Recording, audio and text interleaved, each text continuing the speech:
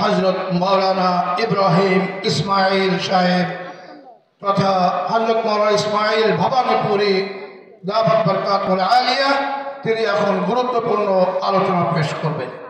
হযরতকে আলোচনা পেশ করার জন্য বিশেষভাবে অনুরোধ করছি। আসসালামু আলাইকুম ওয়া রাহমাতুল্লাহি ওয়া বারাকাতুহু। ওয়া আলাইকুম আসসালাম ওয়া রাহমাতুল্লাহি ওয়া বারাকাতুহু। ইন্নাল হামদুলিল্লাহ নাহমাদুহু ওয়া নাস্তাঈনুহু ওয়া নাস্তাগফিরুহু ওয়া নাস্তাহদিহি ونعوذ بالله من شرور أنفسنا وسيئات أعمالنا من يهد الله فهو المهتد ومن يضلل فلن تجد له وليا مرشدا وأشهد أن لا إله إلا الله وحده لا شريك له وأشهد أن سيدنا وسندنا وحبيبنا وطبيب قلوبنا ومولانا محمدا عبد الله ورسوله الذي بلغ الرسالة وأدى الأمانة ونصح الأمة وكشف الغمة وجاهد في الله حق جهاده حتى أتاه اليقين فصلوات الله وسلامه عليه وعلى آله وصحبه وتابعيه ومن تبعهم بإحسان إلى يوم الدين. أما بعد فإن أصدق الحديث كتاب الله وخير الهدي هدي محمد صلى الله عليه وسلم وشر الأمور محدثاتها وكل محدثة بدعة وكل بدعة ضلالة وكل ضلالة في النار. ثم أما بعد فأعوذ بالله من الشيطان الرجيم. بسم الله الرحمن الرحيم. فمن كان يرجو لقاء ربه فليعمل عملا صالحا ولا يشرك بعبادة ربه أحدا. سبحانك لا علم لنا إلا ما علمتنا إنك أنت العليم الحكيم. اللهم علمنا ما ينفعنا وانفعنا بما علمتنا وزدنا علما.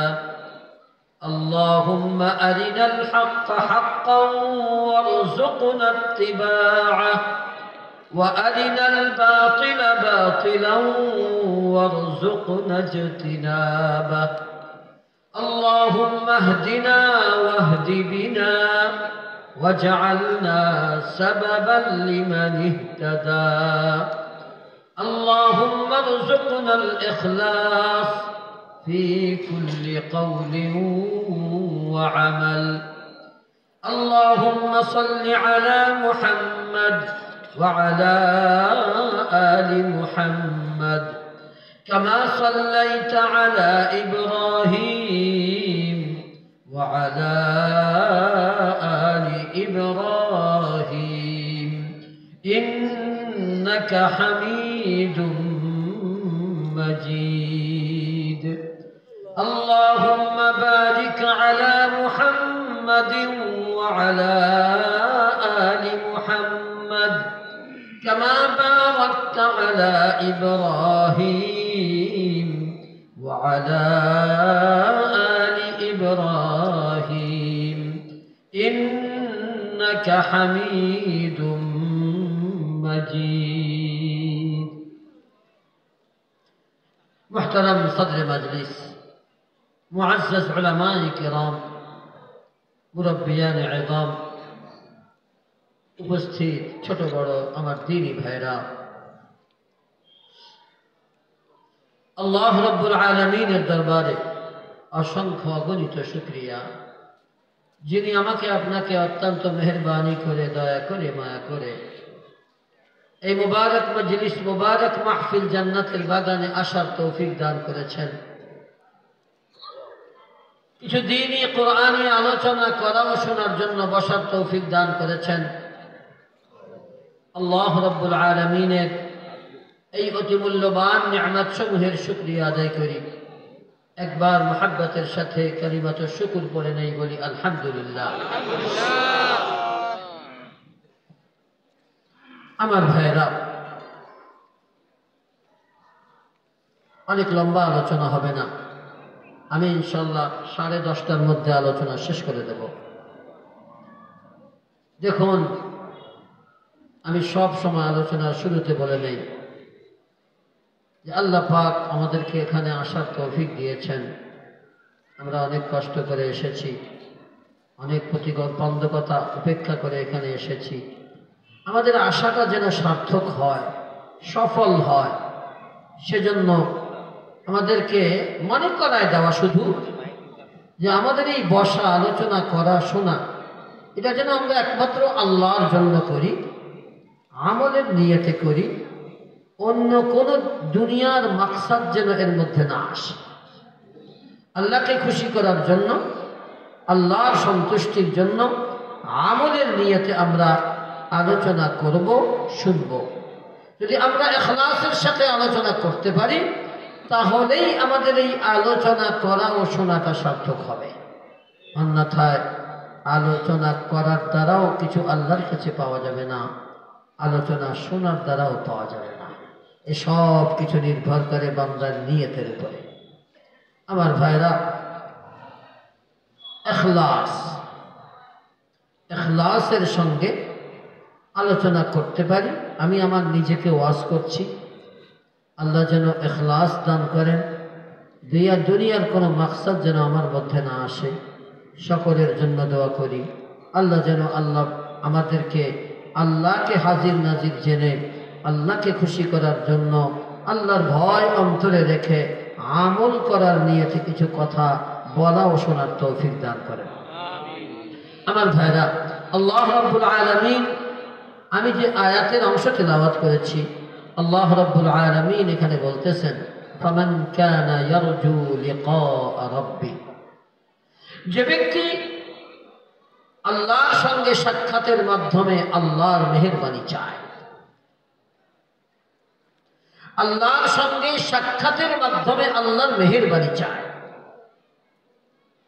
ফামান কানা ইয়ারজু লিকা রাব্বি, যে ব্যক্তি তার রবের সঙ্গে মুলাকাতের মাধ্যমে তার মেহেরবানিতে, তার রহমতের দ্বারা কামিয়াব হতে চায়, আল্লাহ বলেন সে যেন দুইটি কাজ করে।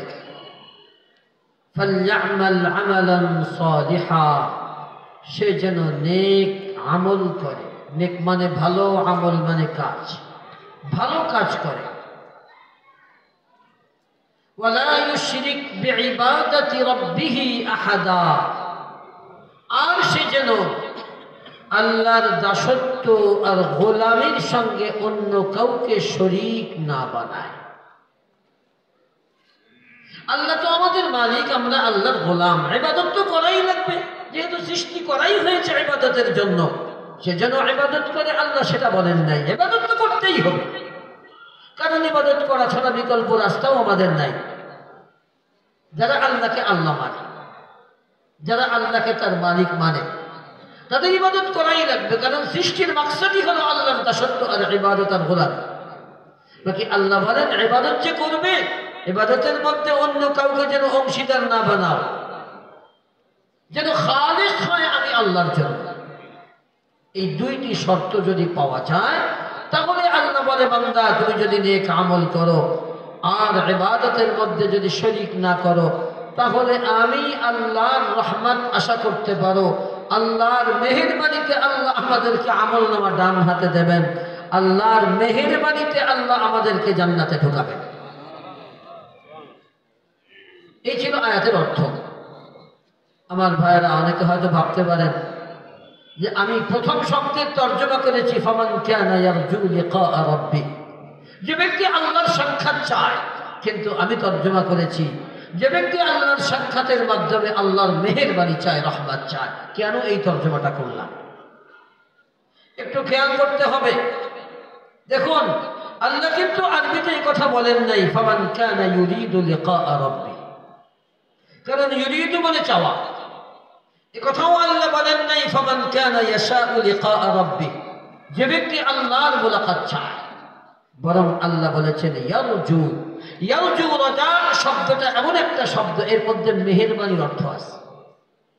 মেহেরবানির অর্থ আছে।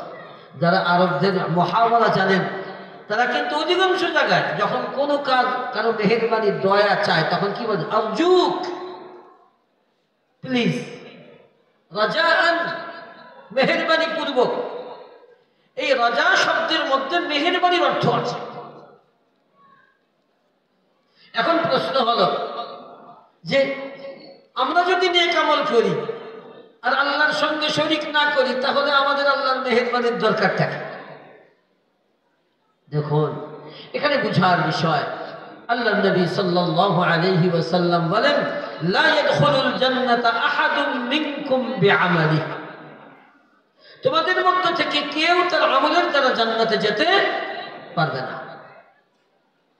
তোমাদের মধ্যে কেউ তার নিজের আমলের দ্বারা জান্নাতে যেতে পারবে না। সাহাবা কেরাম জিজ্ঞাসা করেন, ওয়ালা আনতা ইয়া রাসূলুল্লাহ, হুজুর আপনিও না? আল্লাহ নবী সাল্লাল্লাহু আলাইহি ওয়াসাল্লাম বলেন, ওয়ালা আনা, আমিও না। ইল্লা আন তাগাম্মাদানি আল্লাহু বিরহমাতিহি, কিন্তু আল্লাহ তাআলা তার খাস মেহেরবানিতে আমাকে বেষ্টন করে নিয়েছেন। তার মানে আল্লাহর রহমতের দ্বারা আল্লাহর নবী যে পাশ হয়ে যাবেন এটা নির্দিষ্ট, কিন্তু মেহেরবানি আল্লাহর লাগবে। মেহেরবানি ছাড়া কেউ কামিয়াব হতে পারবে না। ওই যে বলেছি প্রশ্ন, আমল আবার কেন করতে হবে? মনে রাখবেন, আপনি আমি কতটুকু আমল করি, কতটুকু আমল করতে পারি যার দ্বারা আল্লাহর জান্নাতের আশা করতে পারি? আলা ইন্না সিলআতাল্লাহি হিয়াল গালিয়াহ, অনেক দামি, অনেক দামি। কত দামি? সহিহ হাদিসের মধ্যে এসেছে, আল্লাহ নবী সাল্লাল্লাহু আলাইহি ওয়াসাল্লাম বলেন, মাওদিউ সাউতিন ফিল জান্নাহ, মাওদি' মানে জায়গা, সাউতুন মানে চাবুক, ফিল জান্নাহ মানে জান্নাতে। জান্নাতের মধ্যে এক চাবুক পরিমাণ জায়গা। আল্লাহর নবী বলেন, খায়রুম মিনাদ দুনিয়া ওয়া মা ফিহা, সমগ্র দুনিয়া এবং দুনিয়ার মধ্যে যা কিছু আছে, জান্নাতের মধ্যে এক চাবুক পরিমাণ জায়গার মূল্য তার চেয়েও বেশি। জান্নাতের মধ্যে এক চাবুক পরিমাণ জায়গার মূল্য যদি সারা দুনিয়া আর তার মধ্যে যা কিছু আছে তার চেয়ে বেশি হয়, আর জান্নাতের মধ্যে জায়গাকে এক চাবুক পরিমাণ দেওয়া হবে? সর্বনিম্ন জায়গা হবে এই দুনিয়ার 10 দুনিয়া। জানা আছে আমাদের, তাই না? এবার বলেন তো দেখি, আপনার আর আমার আমলের দ্বারা জান্নাতের কতটুকু কিনতে পারবো? আমার এই 3.5 হাত বডির মধ্যে আল্লাহ যে নিয়ামত দিয়ে রেখেছেন, এই নিয়ামতের সামান্য থেকে সামান্য একটা নিয়ামতের মূল্য সারা দুনিয়ার নাই, সারা দুনিয়ার নাই। আমি এটা এমনি বলি নাই, কারণ হাদিস। আল্লাহর নবী বলেন, লাউ কানাতিদ দুনিয়া তা'দিলু ইনদাল্লাহি জানাহা বা'উদা মা সাকা কাফিরাম মিনহা শারবাতা মা, সমগ্র দুনিয়া এবং দুনিয়ার মধ্যে যা কিছু আছে সব কিছু মিলিয়ে যদি আল্লাহ রাব্বুল আলামিনের কাছে একটা মশার একটা পাখার সম পরিমাণ মূল্য হতো, আল্লাহর নবী বলেন, তাহলে আমি একজন কাফেরকেও এক ঢোক পানিও খেতে দিতাম না। এই তো দুনিয়ার মূল্য। তো সেখানে সারা দুনিয়া মিলাইলেও কিন্তু একটা চোখের দাম হয় না। তো চোখের দাম হবে কি করে, যেখানে আল্লাহ নবী বলতেছেন একটা মশার পাখার সমপরিমাণ মূল্যও নাই, বুঝলেন নাই? তো আমার ভাইরা, এজন্য আল্লাহর নিয়ামত এত বেশি, এত বেশি। আমি তো বলি সারা দুনিয়ার সব মাখলুক বান্দার জন্য আল্লাহর নিয়ামত। কারণ আল্লাহ নিজে বলে দিয়েছেন, হুয়াল্লাযী খালাকা লাকুম মা ফিল আরদি জামিআ। নিশ্চয়ই আল্লাহ তাআলা, আল্লাহই সৃষ্টি করেছেন তোমাদের উপকারের জন্য। সবাই জানে লাকুম মানে লিফাইদাতিকুম, তোমাদের উপকারের জন্য আল্লাহ সৃষ্টি করেছেন মা ফিল আরদি জামিআ, যা কিছু জমিনের মধ্যে আছে সব কিছু তোমাদের উপকারের জন্য সৃষ্টি করেছেন। যে জিনিসে আমার উপকার হয় সেটা আমার জন্য নিয়ামত না? নিয়ামত কত! ওয়া ইন তাউদ্দু নি'মাতাল্লাহি লা তুহসুহা। আল্লাহ বলেন, যদি তোমরা আল্লাহর নিয়ামত গণনা করো তাহলে সারা জীবন গুনতে থাকবে, আল্লাহর নিয়ামত গুনে তোমরা শেষ করতে পারবে না। তো আল্লাহর এই অসংখ্য নিয়ামতের সামনে বান্দার ইবাদত কতটুক, বান্দার আমল কতটুক? আমার ভাইরা, জান্নাতে যে যাবে এটা মানুষের আমলের বদলা না, বরং আল্লাহর মেহেরবানিতে আল্লাহ তাআলা যাকে চাইবেন তাকে আমলনামা ডান হাতে দিবেন। আমার ভাইরা, প্রশ্ন ছিল তাহলে আমলের দরকার কি? আমল দরকার নাই, এমনি যদি হয় তাহলে আল্লাহ মেহেরবানি করে দেবে, আল্লাহর মেহেরবানির জন্য বসে থাকে। আমার ভাইরা মনে রাখবেন, কাউকে যদি কারো সাহায্য চাইতে হয় কমপক্ষে হাতটা তো পাতা লাগে। হাত পাতা লাগে না? আমাকে কিছু সাহায্য করে, আরে ভাই, একজনের কাছে সাহায্য চাইতে যদি হাত পাতা লাগে, পাত্র পাতা লাগে, তাহলে আল্লাহর রহমত পাওয়ার জন্য এটা আমাদের পাত্র পাতার চেয়ে বড় কিছু না। শুধু আল্লাহর কাছে আমরা পাত্র পাচ্ছি, আল্লাহ তোমার রহমত পাওয়ার জন্য আমার সাধ্যানুযায়ী আমি চেষ্টা করলাম রহমত পাওয়ার জন্য। জান্নাত বদলায় না।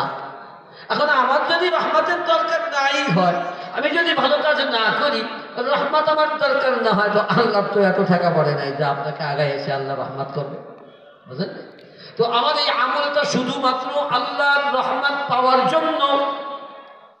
আল্লাহ বলেন, ফামান কানা ইয়ারজু লিকা রাব্বিহ, যে ব্যক্তি আল্লাহর সঙ্গে সাক্ষাতের মাধ্যমে আল্লাহর রহমতে আমলনামা ডান হাতে পেতে চায় এবং জান্নাতে যেতে চায়। মনে রাখবেন, এখানে কিন্তু আরেকটা কথা, এই কথার মধ্যে আরেকটা কথা রয়ে গেছে। সেই কথাটা হলো, যদি কেউ পরকালে বিশ্বাস করে, কারণ আল্লাহর সঙ্গে মোলাকাত করতে মরা লাগবে না? মরা লাগবে নাকি? মরার পরে যদি মনে করি আর জীবিত হব না, তাইলে কি আর আল্লাহর সঙ্গে মোলাকাতের কোনো চিন্তা আছে? আমার ভাইরা, এই কথাগুলির মধ্যে একটা কথা রয়ে গেছে, ও বান্দা, তুমি দুনিয়াতে চিরকাল থাকবে না। যেমনটা আল্লাহর নবীকে আল্লাহ বলেছেন, ওয়ামা জাআলনা লিবাশারিন মিন ক্বাবলিকাল খুলদ। হে নবী, আমি আপনার পূর্বে দুনিয়াতে কাউকে চিরকাল হায়াত দেই নাই। মা জাআলনা লিবাশারিন মিন ক্বাবলিকাল খুলদ আফা ইন মিত্তা। আর আপনি যদি মারা যান, এখানে আল্লাহ বুঝিয়ে দিয়েছেন, হে নবী, আপনিও বলবেন আফা ইন মিত্তা, আপনি যদি মারা যান, ফাহুমুল খালিদুন, তাহলে অন্য যারা, তারা কি দুনিয়াতে চিরকাল বেঁচে থাকবে নাকি? এক নম্বরে আমাকে দুনিয়াতে চিরকাল থাকা যাবে না। এরপরে আমার সামনে রয়েছে কবরের জগৎ। আল্লাহ বলেন, ওয়া মিন ওয়ারাইহিম বারযাখুন ওয়া মিন ওয়ারাইহিম বারযাখুন ইলা ইয়াউমি ইউবআসুন। মানুষের মৃত্যুর পরে তাদের সামনে রয়েছে আলামে বারযাখ। আলামে বারযাখ হলো কবরের জগৎ। আমার ভাইরা মনে রাখবেন, বারযাখ মানে বাধা, বারযাখ মানে বাধা। তো কবরের জগৎকে আলামে বারযাখ বলে নাম এজন্য রাখা হয়েছে যে দুনিয়াটা হলো দারুল আমাল, কাজের জায়গা। দুনিয়া কাজের জায়গা, আর আখিরাত হলো প্রতিদানের জায়গা। এই আখিরাত আর দুনিয়ার মাঝখানে বাধা হলো কবরের জগৎ। এজন্য এটার নাম রাখা হয়েছে আলামে বারযাখ। এটাও কিন্তু বিশাল একটা জায়গা। এটা ভূমিকা হবে, কে জান্নাতি হবে কে জাহান্নামী হবে, এর ভূমিকা কিন্তু কবর থেকেই শুরু হয়ে যাবে। আমার ভাইরা, লম্বা ভাবে বলতে গেলে সময় হবে না। আল্লাহর নবী বলেন, আল কবরু রাউদাতুম মিন রিয়াদিল জান্নাহ আও হুফরাতুম মিন হুফারিন নার। তো জান্নাতে কারো জন্য যার কবরটা হবে জান্নাতের বাগান, আর কারো জন্য হবে জাহান্নামের গর্ত সমূহের মধ্য থেকে একটা গর্ত। এখানে বলে বাগান আর ওখানে বলে গর্ত, তার মানে এটা কি জানেন? এই যে কবরের মধ্যে আমাদেরকে রাখা হয় না, জাহান্নামীদের জন্য এই কবরটা এতটুকু থাকবে না, এর চেয়েও সংকীর্ণ হয়ে যাবে। এমন সংকীর্ণ যে কিতাবে বলে যে কবরের দুই পাশে তাকে এমন চাপ দেবে যে এক হাড় আরেক পাশের হাড়ের মধ্যে ঢুকে যাবে, গর্ত।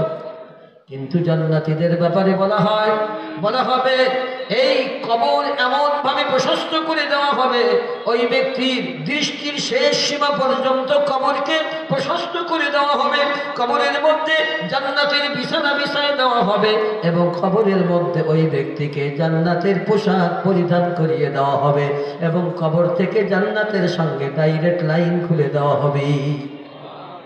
এজন্য আল কবরু রাউদাতুম মিন রিয়াদিল জান্নাহ আও হুফরাতুম মিন হুফারিন নার। আমার ভাইরা, এরপরে আল্লাহ যখন চাইবেন তখন এই কবর থেকে আবার পুনরায় জীবিত করবেন দুনিয়ার ভালো মন্দ কাজের হিসাব নিকাশের জন্য। লম্বা আলোচনা ওদিকে আমি যাচ্ছি না, আমি শুধু বলতে চাই আমাদের পরকালের বিশ্বাসটাই হলো মূল জিনিস। কবরের পরকালের বিশ্বাসটা মূল জিনিস, এই কথাটা প্রমাণ করার জন্য কয়েকটা আয়াত আমি আনব। দেখেন, একদিকে আল্লাহ তাআলা জাহান্নামীদেরকে যখন সম্বোধন করেন, আল্লাহ বলেন আল্লাযীনা ইত্তাখাযু দীনাহুম লাহওয়ান ওয়া লাইবা, আল্লাযীনা ইত্তাখাযু দীনাহুম লাহওয়ান ওয়া লাইবা ওয়া গাররাতহুমুল হায়াতুদ দুনিয়া ফাল্যাওমা নানসাহুম। আজ আমি তাদেরকে ভুলে যাব, কামা নাসু লিকা ইয়াউমিহিম হাযা, যেমন তারা দুনিয়াতে এই পরকালের সাক্ষাতের কথা তারা ভুলে গিয়েছিল। জানেন, তারা পরকালকে ভুলে গিয়েছিল। এরপরে আসেন সূরাতুস সাজদার মধ্যে আল্লাহ বলেন ফাযুকু বিমা নাসিতুম লিকা ইয়াউমিকুম হাযা ইন্না নাসিনাকুম। আল্লাহ বলেন আল্লাহর আযাব ভালো করে ভোগ কর, আল্লাহর শাস্তি ভালো করে ভোগ কর, কেননা তোরা এই পরকালের দিনের কথা তোরা ভুলে গিয়েছিলি। বিমা নাসিতুম লিকা ইয়াউমিকুম হাযা, এই পরকালের সাক্ষাতের কথা তোরা ভুলে গিয়েছিলি। ইন্না নাসিনাকুম, আজ আমি তোদেরকে ভুলে যাব। কি মনে করেন আল্লাহ যদি বলে আজ আমি তোদেরকে ভুলে যাব, আল্লাহ বলে গেলে কি হয়েছে? আরো তো কোনো জায়গা আছে নাকি? এটা দুনিয়া না আমার ভাইরা, দুনিয়া না। মা তাড়াই দিলে বাপের কাছে যায়, বাপ তাড়াই দিলে আরো কত আছে, দেশ থেকে তাড়াই দিলে আর এক দেশ থেকে আশ্রয় দেন। আমার ভাইরা, আরে কিয়ামতের ময়দান এমন না আপনার মা না আপনার বাবা আপনার উপকার করতে পারবে, না আপনার সন্তান আপনার উপকার করতে পারবে। আল্লাহ বলেন ওয়াখশাউ ইয়াওমান লা ইয়াজজি ওয়ালিদুন আন ওয়ালাদিহি ওয়ালা মাউলুদুন হুয়া জাযিন আন ওয়ালিদিহি শাইআ। আল্লাহ বলেন ওই কিয়ামতের দিনকে ভয় করো, যে কিয়ামতের দিনে কোনো বাবা কোনো সন্তানের প্রতিদান দিতে পারবে না, উপকার করতে পারবে না। ওয়ালা মাউলুদুন হুয়া জাযিন আন ওয়ালিদিহি শাইআ, কোনো সন্তান কোনো বাবার প্রতিদান দিতে পারবে না, কোনো সন্তান কোনো বাবার উপকার করতে পারবে না। যেহেতু মা বাবা আর সন্তান একেবারে কাছের, তাই তা না হলে কেউ কারো কোনো উপকার করার ক্ষমতা রাখবে না। আল্লাহ বলেন ইয়াউমা লা তামলিকু নাফসুন লিনাফসিন শাইআ ওয়াল আমরু ইয়াউমাইযিন লিল্লাহ। কিয়ামতের দিন কেউ কারো উপকার করার ক্ষমতা রাখবে না, কেউ কারো উপকার করার ক্ষমতা রাখবে না। ওয়াল আমরু ইয়াউমাইযিন লিল্লাহ, কিয়ামতের দিন সব ক্ষমতার একচ্ছত্র ক্ষমতার মালিক হবেন আল্লাহ। তো আমার ভাইরা, সেদিন কেউ উপকার করতে পারবে না, এমনকি অন্যান্য নবীরা পর্যন্ত তাদের উম্মতদের কথা ভুলে যাবে। সকলে বলবে ইয়া নাফসি ইয়া নাফসি। বাবা আপনাকে চিনবে না, সন্তান আপনাকে চিনবে না, স্ত্রী স্বামীকে চিনবে না, স্বামী স্ত্রীকে চিনবে না। আমার ভাইরা, ওই জায়গাটা যে আজীব তা দুনিয়াতে বোঝানো কঠিন হবে, বড় ভয়াবহ জায়গা।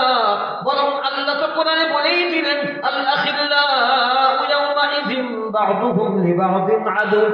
কিয়ামতের ময়দানে সমস্ত আপনজন, সকল মুহাব্বতের জিনিসগুলা, মুহাব্বতের মানুষগুলা, দুনিয়াতে যাদেরকে আপনি মুহাব্বত করতেন, আল্লাহ বলে সব মুহাব্বতের জিনিসগুলা কিয়ামতের ময়দানে একে অপরের দুশমন হবে। সন্তান আপনার দুশমন, বাবা আপনার দুশমন, স্ত্রী আপনার দুশমন, স্বামী আপনার দুশমন, আপনার ধন সম্পদ আপনার দুশমন, আপনার হাত বা আপনার দুশমন, আপনার ধন সম্পদ আপনার দুশমন, আপনার ক্ষমতা, আপনার পদ আপনার জন্য দুশমন। দুনিয়াতে যাকেই আপনি মুহাব্বত করেছেন সমস্ত মুহাব্বতের জিনিসগুলো কিয়ামতের ময়দানে হবে দুশমন। দুশমন উপকারটা পড়ে। আমি আয়াতগুলি বলতেছি না, অল্প সময়ের মধ্যে অনেক কথা। আমার ভাইরা, সেখানে আল্লাহ যদি কাউকে ভুলে যান তাহলে তাকে সাহায্য করার মতো কেউ থাকবে না। ওয়া লাকুম মিন দুনিল্লাহি মিন ওয়ালিয়্যিন ওয়ালা নাসীর। আল্লাহ ছাড়া সাহায্যকারী সেখানে আর কাউকে পাওয়া যাবে না। যেমনটা ভাবতেছেন দুনিয়াতে তেমন না। আল্লাহ 25 নম্বর পারার শেষ পৃষ্ঠায় বলেন, ওয়াকিলাল ইয়াওমা নানসাকুম ওয়াকিলাল ইয়াওমা নানসাকুম কামা নাসিতুম লিকাআ ইয়াওমিকুম হাযা ওয়া মা'ওয়াকুমুন নার ওয়া মা'ওয়াকুমুন নার ওয়া মা লাকুম মিন নাসিরিন। বলা হবে সেদিন, ওয়াকিলা সেদিন বলা হবে, আল ইয়াওমা নানসাকুম, আজ আমি তোদেরকে ভুলে গেলাম, ভুলে যাব। আল ইয়াওমা নানসাকুম, আজ আমি তোদেরকে ভুলে যাব। কামা নাসিতুম লিকাআ ইয়াওমিকুম হাযা, যেমন তোরা এই কিয়ামতের দিনের সাক্ষাৎকে তোরা ভুলে গিয়েছিলি। ওয়া মা'ওয়াকুমুন নার, তোদের ঠিকানা হলো জাহান্নাম।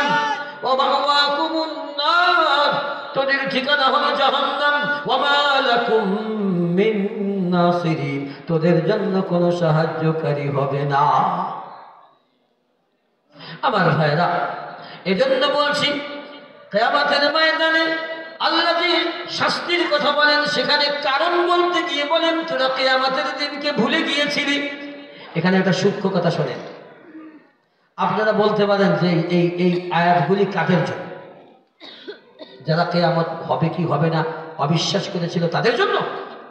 আমি তো আয়াতের অর্থটা বুঝি না। কারণ আল্লাহ যদি তাদের জন্য বলতেন তাহলে আল্লাহ বলতেন, ওয়াকিলাল ইয়াওমা নানসাকুম কামা আনকারতুম লিকাআ ইয়াওমিকুম হাযা, যেমন তোমরা এই কিয়ামতের দিনকে অস্বীকার করেছিলে। আল্লাহ তো অস্বীকার করার কথা বলেন নাই, আল্লাহ বলেন ভুলে গিয়েছিলে। মনে রাখবেন, ভুলার জন্য জানা জরুরি। ঘর থেকে বের হওয়ার জন্য তো কাজ জরুরি না, তো ভোলার জন্য তো জানা জরুরি।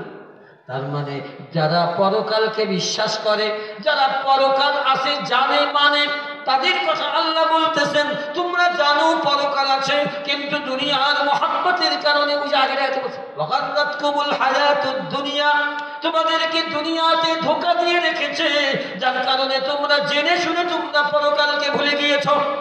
কি বুঝতে গেল? ওটা আমাদেরকে বলা হচ্ছে যারা বিশ্বাস করি। জিজ্ঞাসা করলেই বলি আমাদের আসল বাড়ি পরকাল, কিন্তু কাজের বেলায় কিছুই নাই। তার মানে আমাদেরকে দুনিয়ায় ধোঁকা দিয়ে রেখেছে। জানি যে আমাদের আসল বাড়ি আখিরাত, কিন্তু কোনো প্রস্তুতি নাই। বিষয়টা এরকম না? আমার ভাইরা আরো লক্ষ্য করেন, কিয়ামতের ময়দানে আল্লাহ যখন আমলনামা ডান হাতে দিবেন, তখন ওই ডান হাতে আমলনামা পেয়ে ওই বান্দা কি বলবে?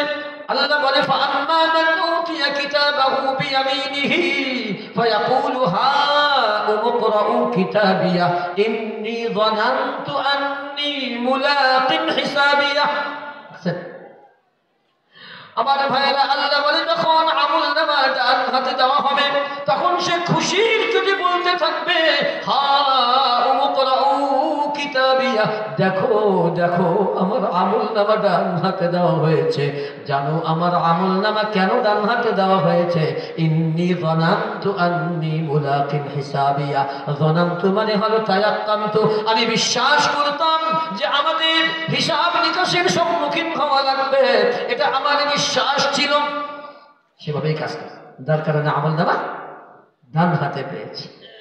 আমার ভাইয়েরা, আর যখন আমল নামা বাম হাতে দেওয়া হবে তখন তারা কি বলবে? ওয়া আম্মা মান উতিয়া কিতাবাহু বিশিমালিহি ওয়া আম্মা মান উতিয়া কিতাবাহু বিশিমালিহি ফায়াকুলু ইয়া লাইতানি লাম উতা কিতাবিয়া। আমার ভাইরা, যখন আমল নামা বাম হাতে দেওয়া হবে, আমল নামা বাম হাতে কিভাবে দেওয়া হবে জানেন? অন্য আয়াতে আল্লাহ বলেন, ওয়া আম্মা মান উতিয়া কিতাবাহু ওয়ারাআ যাহরি ফাসাউফা ইয়াদউ থুবুরা। আমল নামা বাম হাতে দেওয়া হবে, বাম হাতকে বুকের ভিতর দিয়ে ঢুকায়া পিছন দিক থেকে বের করে তখন আমল নামা দেওয়া হবে। তখন সে বলবে ফাসাউফা ইয়াদউ থুবুরা, সে মৃত্যু কামনা করবে, মরতে চাইবে, মরণ তো নেই। আমার ভাইরা, আল্লাহ বলে, ওয়া আম্মা মান উতিয়া কিতাবাহু বিশিমালিহি ফায়াকুলু ইয়া লাইতানি লাম উতা কিতাবিয়া। আফসোস, আমার আমল নামা যদি আমাকে না দেওয়া হতো কত না ভালো হতো। আমার আমল নামা যদি প্রকাশ না করা হতো কত না ভালো হতো। এরপরে যে কি বলবে জানেন? ওয়ালাম আদরি মা হিসাবিয়া, আমি জানতাম না হিসাব নিকাশ কি, আমার বিশ্বাস ছিল না যে হিসাব নিকাশের সম্মুখীন হওয়া লাগবে, এটা আমি বিশ্বাস করি নাই। আমি শুধু এটাই বোঝানোর চেষ্টা করেছি জাহান্নামে যাওয়া, জান্নাতে যাওয়া, আমল করা সব কিছুর মূলে হলো পরকালের বিশ্বাস। এজন্য জাহান্নামীরা বলবে ওয়ালাম আদরি মা হিসাবিয়া, আমাদের বিশ্বাস ছিল না, আমরা জানতাম না হিসাব নিকাশের সম্মুখীন হওয়া লাগবে। ইয়া লাইতাহা, হায় আফসোস, কানাতিল কাদিয়া, আমার যে মৃত্যু হয়েছিল ওটাই যদি মৃত্যু শেষ মৃত্যু হতো, আমাকে যদি জীবিত না করা হতো। ইয়া লাইতাহা কানাতিল কাদিয়া মা আগনা আন্নি মালিয়া। আল্লাহ এখানে দুইটা কথা উল্লেখ করতেছে, এটাও একটা বিষয়। ওই জাহান্নামীরা দুইটা কথা বলবে, মা আগনা আন্নি মালিয়া, আমার মাল আমার কোনো উপকারে আসে নাই, হালাকা আন্নি সুলতানিয়া, আমার দলিল প্রমাণ বা আমার ক্ষমতা আজ ধ্বংস হয়ে গেছি।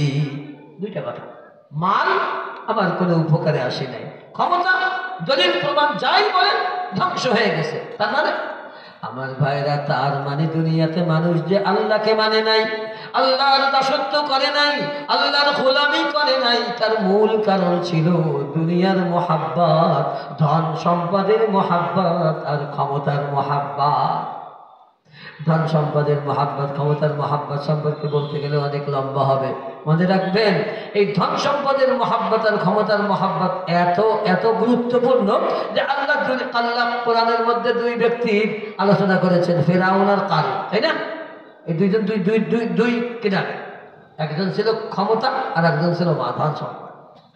আল্লাহ বুঝাতে চান, বান্দা, ক্ষমতার মোহাব্বত এবং ধন সম্পদের মোহাব্বতের কারণে তুমি আল্লাহকে ভুলে যাচ্ছ, তোমার আসল বাড়ির কথা ভুলে যাচ্ছ। লক্ষ্য করো তুমি ফিরআউনের দিকে। ক্ষমতার মোহাব্বত যদি তোমাকে আল্লাহর বিধান থেকে তোমাকে ফিরিয়ে রাখে, তুমি একটু লক্ষ্য করো ফিরআউনের দিকে, তোমার অবস্থাও কিন্তু ফিরআউনের মতো হবে। তুমি ধন সম্পদের মোহাব্বতের কারণে যদি তুমি আল্লাহর বিধান মানতে তুমি অপারগ হও, তুমি একটু তাকিয়ে দেখো কারূনের দিকে।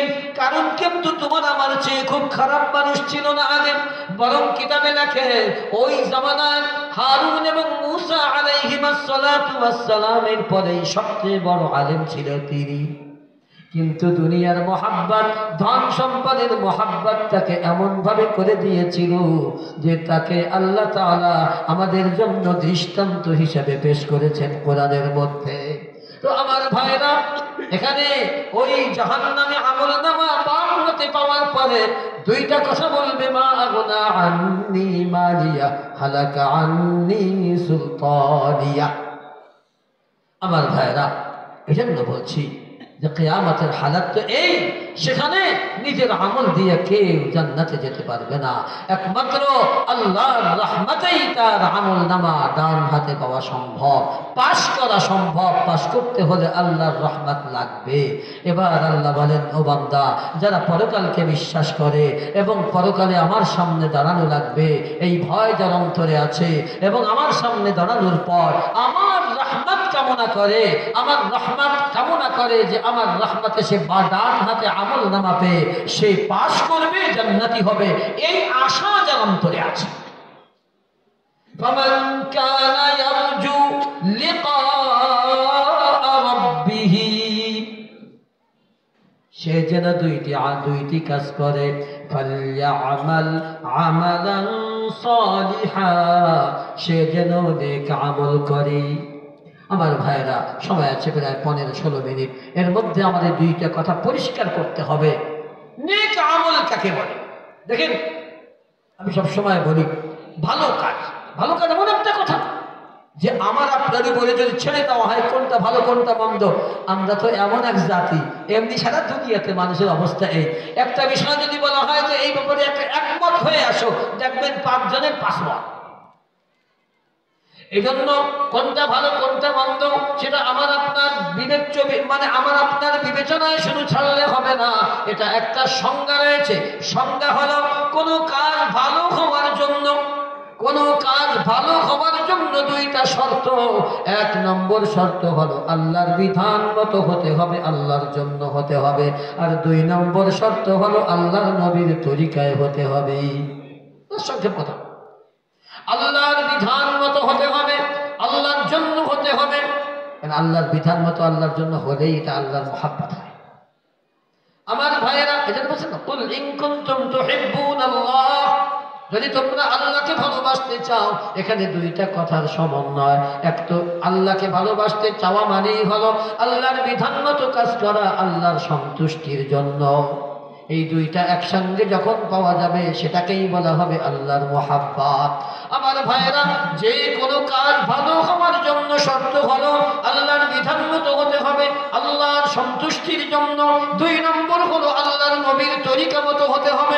আপনার মনে বললেই সেটা ভালো হবে না, কারণ আমাদের একটা বদ অভ্যাস আছে, কোনটা ভালো কোনটা মন্দ সে বিচার আমরা আমাদের বিবেকের উপরেই শুরু করি। আমি মাঝে মধ্যে বলি, মনে রাখবেন, আবেগের নাম দিন না। আপনার কোনটা ভালো লাগে, আপনার কোনটা উপকার হয়, এর নাম দিন না। আপনার ভালো লাগুক আর না লাগুক, আপনার পছন্দ হোক আর না হোক, যদি আল্লাহর বিধান মতো হয়, নবীর তরিকা মতো হয়, সেটাই ভালো কাজ। আর যদি আপনার মন ভালো নাও লাগতে পারে, লাগতেও পারে, কিন্তু সবচেয়ে বড় সমস্যা হলো, মনে রাখবেন, ভালো কাজ হওয়ার জন্য আর একটা যুক্তি আছে, সেটা মনের উল্টা হতে হবে। মনের উল্টা হতে হবে। কই পাইলেন হুজুর? কোরআনে আল্লাহ কইছে, ওয়াম্মা মান খাফা মাকামা রাব্বিহি ওয়া নাহান নাফসা আনিল হাওয়া ফাইন্নাল জান্নাতা হিয়াল মাওয়া, যে আল্লাহর সামনে দণ্ডায়মান হওয়ার ভয় যার অন্তরে আছে, ওয়া নাহান নাফসা আনিল হাওয়া, মন মতো চলা থেকে নিজেকে বিরত রাখে। তার মানে মন মতো চলা ভালো কাজ না, বরং মনের উল্টা চলাটাই হলো নেক কাজ। তবে মনের উল্টা হয়ে সেটা আল্লাহর বিধান মতো হতে হবে, নবীর তরিকা মতো হতে হবে। এ ব্যাপারে লম্বা আমি করতে চাই না। মনে রাখবেন, আল্লাহর বিধান, নবীর তরিকা, আবেগ থাক আর না থাক। এখানে একটু লক্ষ্য করা দরকার। আমরা অনেক সাধারণ মানুষ মনে করি নামাজ পড়া, রোজা রাখা, হজ করা, জিকির আজকার করা এগুলি ভালো কাজ। আমার ভাইয়েরা, ভালো কাজ এগুলি, এতে সন্দেহ নাই, কিন্তু এইগুলিও সব সময় ভালো কাজ হয় না। আপনি বলেন, আমি তো বলি সবসময় রোজা রাখাও ভালো কাজ না। ঈদের দিন রোজা রাখলেন, এটা কি ভালো কাজ নেই? সূর্য ওঠার সময় নামাজ পড়লে এটা কি ভালো কাজ? আমার ভাইয়েরা, যেখানে যা করতে বলা হয়েছে সেখানে করা ভালো কাজ, যেখানে নিষেধ করা হয়েছে সেখানে না করা ভালো কাজ। সেখানে না করা ভালো কাজ মন মতো করার নাম ইবাদত না, বরং নবীর তরিকা মতো করার নাম ইবাদত। আমি তো বলি ঘুমানো ইবাদত, পায়খানায় যাওয়া ইবাদত, পায়খানায় যাওয়া ইবাদত, ব্যবসা বাণিজ্য করা ইবাদত, চাকরি বাকরি করা ইবাদত, জমি জমা করা ইবাদত, আখিরাতের কাজ সবগুলো ইবাদত। যদি সেটা আল্লাহর বিধান মতো হয়, নবীর তরিকা মতো হয়, পক্ষান্তরে আমি ওয়াজ করতেছি নবী বলা কাজ, এটাও ইবাদত নাও হতে পারে যদি এটা আল্লাহর বিধান মতো না হয়, নবীর তরিকা মতো না হয়। আমার এই ওয়াজ করা এটাও দুনিয়া হতে পারে যদি আমি আল্লাহর জন্য না করি, আল্লাহর বিধান মতো না করি। নামাজ পড়লাম, এটা ইবাদত নাও হতে পারে। জিকির আজকার করলাম, এটা ইবাদত নাও হতে পারে যদি আমি মন মতো করি। যদি আল্লাহর বিধান মতো না হয়, নবীর তরিকা মতো না হয়, তাহলে আমার জিকির আজকার করাটাও দিন হবে না, দুনিয়া হবে। এজন্য আমার ভাইরা সব সময় মনে রাখতে হবে, ভালো কাজ হওয়ার জন্য দুইটা শর্ত। এক নম্বর শর্ত হলো আল্লাহর বিধান মতো হতে হবে, আল্লাহর সন্তুষ্টির জন্য। আর দুই নম্বর শর্ত হলো আল্লাহর নবীর তরিকা মতো হতে হবে। সংক্ষেপ কথা। এরপরে শেষের অংশ আল্লাহ বলেন, ওয়ালা ইউশরিক বিইবাদাতি রাব্বিহি আহাদা। আল্লাহ বলেন, ও বান্দা, ইবাদত তো তুমি করবে, ইবাদত করার জন্যই আমি সৃষ্টি করেছি। মনে রাখবেন ইবাদত কাকে বলে। সংক্ষেপে আমি ইবাদতের সংজ্ঞাটা বলে দিচ্ছি। অনেক সংজ্ঞাই আছে, অনেক ধরনের আছে, আমি একদম ব্যাপক একটা সংজ্ঞা বলতেছি। আল ইবাদাতু হিয়া ইসমুন জামিউন লিকুল্লি মা ইউহিব্বুহু আল্লাহু ওয়া ইয়ারদাহু মিনাল আকওয়ালি ওয়াল আফআলি আয-যাহিরাতি ওয়াল বাতিনা। ইবাদত প্রত্যেক ওই কথা বা কাজকে বলে, প্রত্যেক ওই কথা বা কাজকে ইবাদত বলে যেটা আল্লাহ পছন্দ করেন, যেটা আল্লাহ ভালোবাসেন। চাই সেটা প্রকাশ্য হোক, চাই সেটা অপ্রকাশ্য হোক। প্রকাশ্য অপ্রকাশ্য বলতে এখানে ঈমান আর আমল বোঝানো হয়েছে। অন্তর যেটা অপ্রকাশ্য, ইখলাস যেটা অন্তরের বিষয়, এটা হলো অপ্রকাশ্য। আর অঙ্গ প্রত্যঙ্গের দ্বারা যেটা হয় সেটা হলো প্রকাশ্য। মোট কথা ইবাদত পুরা দ্বীনকে বলা হয়। পুরা দ্বীন হলো আল্লাহর এই দাসত্ব। আল্লাহর দাসত্ব বাস্তবায়ন করার পদ্ধতির নাম হলো দ্বীন। আমাদেরকে সৃষ্টি করা হয়েছে আল্লাহর দাসত্ব করার জন্য। এই দাসত্ব বাস্তবায়ন করতে যা যা করা লাগে সবগুলির নাম হলো দ্বীন। কথা বুঝাইতে পারছি? তো এখানে লক্ষণীয় বিষয় হলো আল্লাহ যেটা পছন্দ করেন, আল্লাহ যাতে সন্তুষ্ট হন, সেই কথা বা কাজের নাম হলো ইবাদত। এবার প্রশ্ন হলো আল্লাহ কোনটা পছন্দ করেন আর কোনটা করেন না, সেটাও আল্লাহ কোরআনে বলে দিয়েছেন। আল্লাহ কোরআনে বলে দিয়েছেন, কুল ইন কুনতুম তুহিব্বুনাল্লাহা ফাত্তাবিউনি। কুল ইন কুনতুম তুহিব্বুনাল্লাহ। আল্লাহ বলে, হে নবী আপনি বলে দিন, তোমরা যদি আল্লাহকে ভালোবাসতে চাও। এমন একটা শব্দ আমরা সবাই জানি, যার কারণে এর তর্জমা করতে চাই না। আচ্ছা, ভালোবাসা কাকে বলে? আমার ভাইয়েরা, ভালোবাসা এটা মুখ দিয়ে বলার নাম না। ভালোবাসারও কিন্তু একটা প্রকাশ করার কিছু জিনিস আছে। এজন্য একটা শায়রের মধ্যে এসেছে, ফাইন্নাল মুহিব্বা লিমান ইউহিব্বু মুতিউ। ফাইন্নাল মুহিব্বা লিমান ইউহিব্বু মুতিউ। যে যাকে ভালোবাসে সে তার কথা মেনে চলে। যে যাকে ভালোবাসে সে তার কথা মেনে চলে। তো আল্লাহকে ভালোবাসা মানেই হলো আল্লাহর কথা মানা, ঠিক না ঠিক? আল্লাহর আদেশ মানা, আল্লাহর নিষেধ থেকে বাঁচা, এটাই হলো ভালোবাসার পরিচয়। আমার ভাইরা, আল্লাহর আদেশ মানলাম, নিষেধ থেকে বাঁচলাম, কিন্তু সেটা কি আন্তরিকভাবে মানলাম না কোনো জোর জবরদস্তি করে মানা হলো? একজনকে বলে মাথার উপরে ছুরি ধরলাম, এই নামাজ পড়, তাহলে আমাদের তোরে জবই দেবো। আর এইটা কি আল্লাহকে ভালোবাসা হলো? সে তো আল্লাহর হুকুম মানলো, কিন্তু ভালোবাসা হয়নি। ও তো চুরির ভয়ে নামাজ পড়ছে, তাই না? আমার ভাইয়েরা, এজন্য আল্লাহর আদেশ নিষেধ মানতে হবে আল্লাহকে সন্তুষ্ট করার জন্য। দুইটা শর্ত এখানে একসঙ্গে আছে। আল্লাহর আদেশ নিষেধ মানা আল্লাহকে খুশি করার জন্য, এর নাম হলো আল্লাহকে ভালোবাসা। আল্লাহ বলেন, যদি তোমরা আল্লাহকে ভালোবাসতে চাও, তার মানে আল্লাহর আদেশ নিষেধগুলিকে আল্লাহকে সন্তুষ্ট করার জন্য যদি মেনে চলতে চাও, এর মধ্যে ইখলাস কিন্তু আছে। আল্লাহ বলে দিলেন, হে নবী আপনি বলে দিন, তার সহি পদ্ধতি হলো ফাত্তাবিউনি। আমি মুহাম্মাদুর রাসূলুল্লাহ সাল্লাল্লাহু আলাইহি ওয়াসাল্লামের ইত্তেবা করো। বোঝা লাগবে না, ঠিক না বেঠিক ওটা দেখার দরকার নাই। আল্লাহর নবী করেছেন, বাস তাই। লা আযিদু ওয়া লা আনকুস, বাড়াবো না কমাবো না, এই জিনিসটা মানুষ বুঝি না, মনে করি একটু বাড়াই দিলাম, সমস্যা। আল্লাহ নবী এটা করেন নাই, আমরা করলাম, তো সমস্যা। আপনাকে বুঝতে হবে যে আল্লাহ নবী করেন না, এর মধ্যে হেকমত, না করার মধ্যে হেকমত আছে। আপনি কেন বাড়াবেন? বাড়াতে আপনার কি প্রয়োজনটা দেখা দিল? যদি প্রয়োজন দেখা যায় সেখানে আলাদা কথা, প্রয়োজন নাই কেন বাড়াবেন? দিন বাড়ানোর নাম না, দিন কমানোর নাম না। লা আযিদু ওয়া লা আনকুস। আল্লাহ নবী যা করেছেন, করতে বলেছেন, যেভাবে করেছেন, যেই পদ্ধতিতে করেছেন, আল্লাহ নবীর তরিকার পরিপূর্ণ অনুসরণ করতে হবে। আল্লাহ বলে দিয়েছেন, ফাত্তাবিউনি, তোমরা আমি মুহাম্মাদের অনুসরণ করো। আমার ভাইরা, আল্লাহ তাআলা ইবাদত আমি বলছিলাম, আল্লাহ যাতে পছন্দ করেন, আল্লাহ যাতে খুশি হন, এমন কাজকে ইবাদত বলা হয়। আর সেটা হলো আল্লাহর নবীর তরিকার অনুসরণ। আপনি কাজ ঠিক মতো করলেন, কিন্তু দেখা গেল কাজ ঠিক মতো করতেছেন, কিন্তু তার মধ্যে আরেকজনকে শরীক করার সুযোগ কোথায়? আমার ভাইরা, সংক্ষেপে আমি বলছি, আল্লাহর নবী বলেন, ইন্না আখওয়াফা মা আখাফু আলাইকুম, إن أخوف ما أخاف عليكم الشرك الأصغر قالوا وما الشرك الأصغر يا رسول الله قال الرياء আল্লাহর নবী সাল্লাল্লাহু আলাইহি ওয়াসাল্লাম বলেন, তোমাদের উপরে আমি যত কিছুর ভয় করি, আমি যত কিছুর ভয় তোমাদের উপরে করি, তার মধ্যে সবচেয়ে বেশি ভয় করি ছোট শিরকে। ছোট শিরক, ছোট শিরিক আর বড় শিরিক কাকে বলে? সংক্ষেপে মনে রাখবেন, বড় শিরিক যার দ্বারা মানুষ অমুসলমান হয়ে যায়, তার আমল সব বাতিল হয়ে যায়। শিরকের দ্বারা আমল বাতিল হয়ে যায় এবং সে আর মুসলমানের খাতায় থাকে না।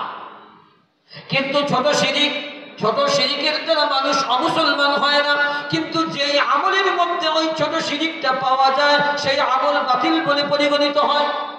বুঝছেন? যত বড় ভালো কাজ হোক না কেন, যদি তার মধ্যে ছোট শিরিকটা পাওয়া যায়, তাহলে ওই আমলের 5 পয়সা মূল্য নাই। আরে মূল্য নাই তো নাই, বরং এটা এত বড় মারাত্মক। আমি শেষে বলবো যে আল্লাহ কিয়ামতের ময়দানে জাহান্নাম আল্লাহ সৃষ্টি করেছেন, এই জাহান্নামকে উদ্বোধন করবেন এই গায়র মুখলিসের মানুষের দ্বারা। যে কোনো একটা জিনিস করলে উদ্বোধন করে না, মসজিদ করলে উদ্বোধন করে, শুরু যেটা করে এটাই উদ্বোধন। মাদ্রাসা করলে উদ্বোধন করে, যে কোনো একটা জিনিস করে উদ্বোধন করে। জাহান্নামের উদ্বোধন কি দিয়ে হবে জানেন? জাহান্নামের উদ্বোধন হবে 1 নম্বর শহীদ, 2 নম্বর আলেমকারী, 3 নম্বর দার্শনিক। এখানে হাদিসের মধ্যে শব্দটা এরকমই আসছে, ইন্না আউওয়ালান নাসি ইয়াউমাল কিয়ামাতি ইউকদা আলাইহি।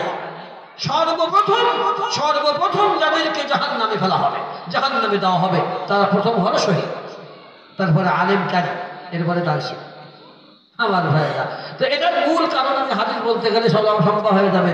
এর মূল কারণ হলো এরা আলেম ছিল, কারি ছিল, শহীদ হয়েছিল, দান করেছিল, সব ছিল, কিন্তু সেখানে ইখলাসের অভাব ছিল।